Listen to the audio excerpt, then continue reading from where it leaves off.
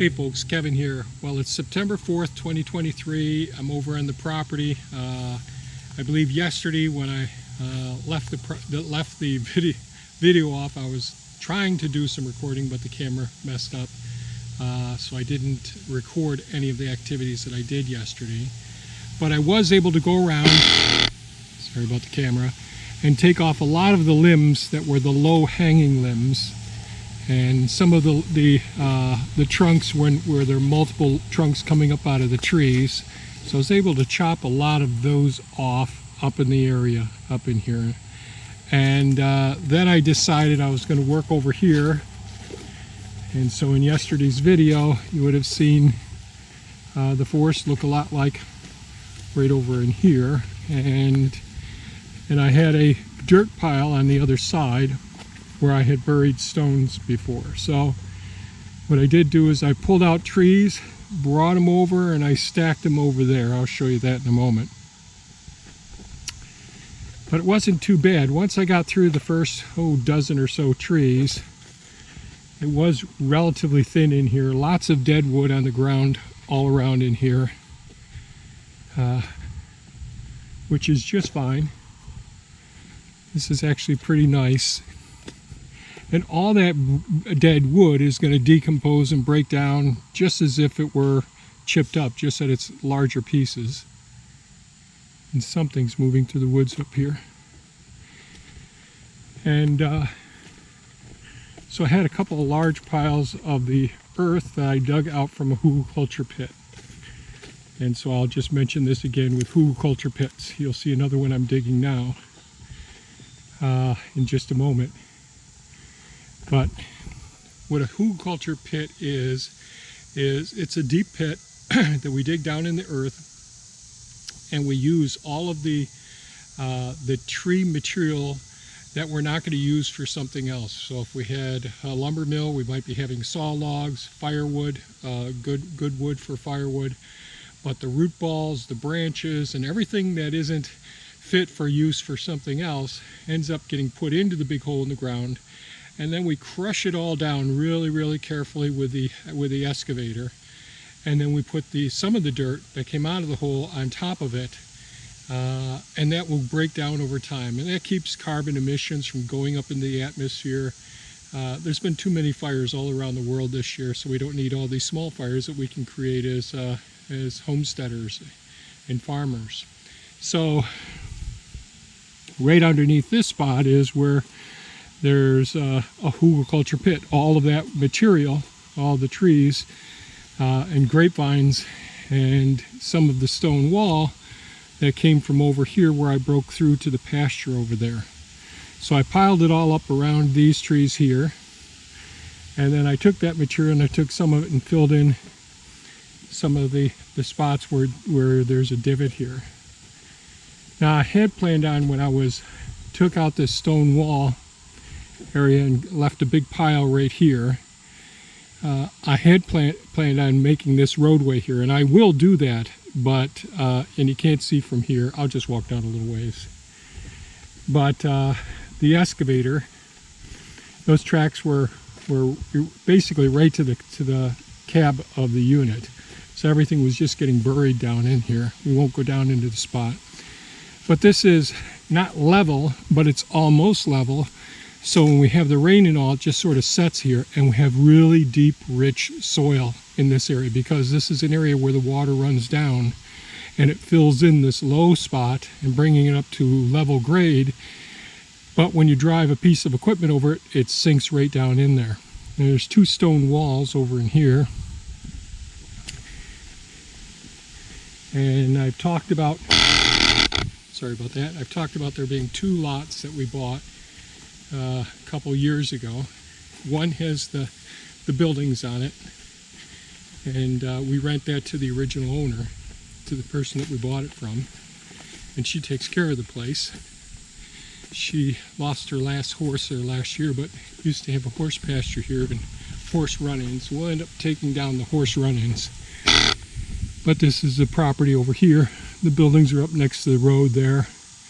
And I've got some clearing to do in here to mow this down. And then what we'll end up doing is deciding about reforesting the area. And then there's the area we'll go to now. So here's part of one of the stone walls. And the stone walls have lots of material that have been deposited over the years. So people would take their trash and put them on the piles. So there's a lot of effort put into cleaning it up appropriately and all. And then we have some buildings. They're wooden material buildings. I'll pull off all the metal, but the wood I'll end up burying in the Hugelkultur pits.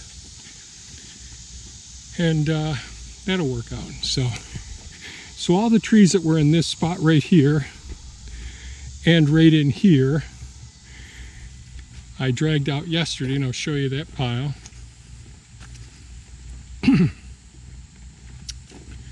And it's time consuming doing this stuff, but fortunately having large enough equipment makes it much easier to accomplish the things. So having Elon, the big excavator, really does pay off. So one of the first things I'll do this afternoon, we were busy this morning, but I'll come up and I'll pull out a lot of the material that's hanging and dangling here and underneath these trees, and I'll put them in another pit that I dug over there. But here's a pile of trees that were in the forested area.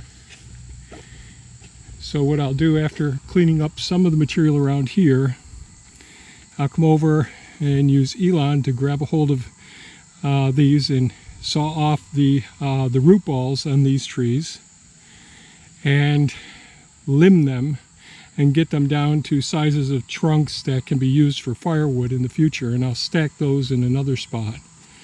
So it's trying to organize the area as I'm working around in here, and I have to work more on the property line right along there as well.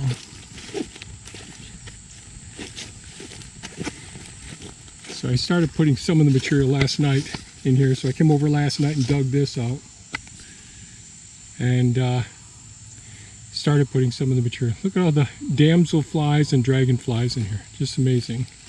It's nice, rich. I don't know if you could see along the margin there.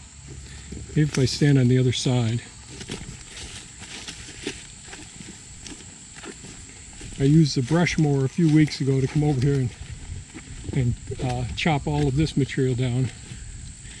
But you may be able to see the topsoil is pretty deep and rich, and it's real easy for me just to dig in here just by moving the tracks around. This is the topsoil that came out of this spot right here. Topsoil there. And this is the soil that I dug out, the subsoil, out of that pit. Not very bony. I took some of the rocks already, put them back in here. There'll be more to go in. And I'll be working all along the tree line here. So when we have a multi-trunk tree like this, I'll end up putting this one in the hole too.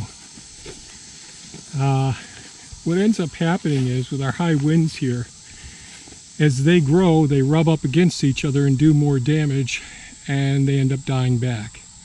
So when I can find a nice single trunk like that, that's perfect. We'll keep all of these guys, but when they get dual and triple trunks, those are the ones I target to take out.